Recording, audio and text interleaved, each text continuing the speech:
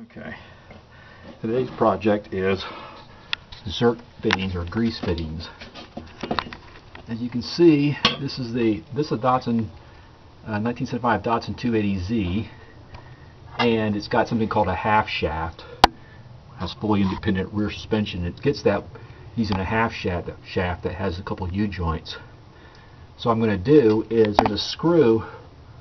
That's not a zerk thing, but that's actually a flathead screw. I'm going to remove that and replace it with a zerk fitting. Okay, so that's got to come out. This will go in. So I'm going to unscrew that and install this, and then we're going to grease this bad boy out. So back in just a minute. Here's a little tip. I put the zerk fitting inside a plastic tube and put some Loctite on it.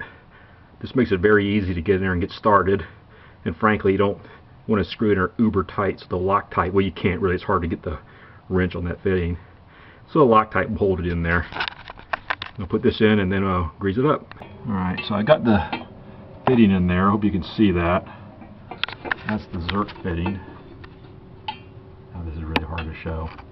I used the blue Loctite again to help lock it in. It's a thread sealer. Kind of hard to get that thing in screwed in real tight because it's just such a tight fitting.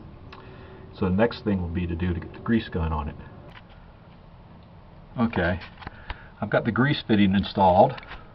I'm getting ready to pump. Now just one little note, that grease fitting is a tight fit back there, and I actually ended up grinding off a little bit around the circumference of the grease fitting so it could fit into a tight place like that universal joint.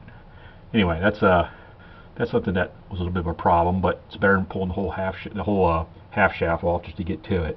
And it gets a good tight fit on it, so I'm gonna go pump away now, and that'll be it.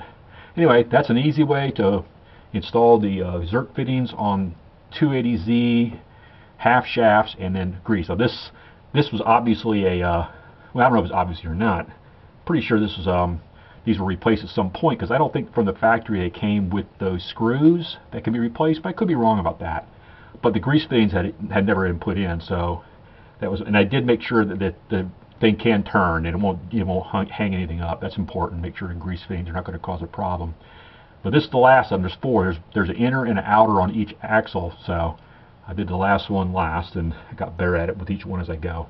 Anyway, that's it for now. Hope you enjoyed it. Thank you.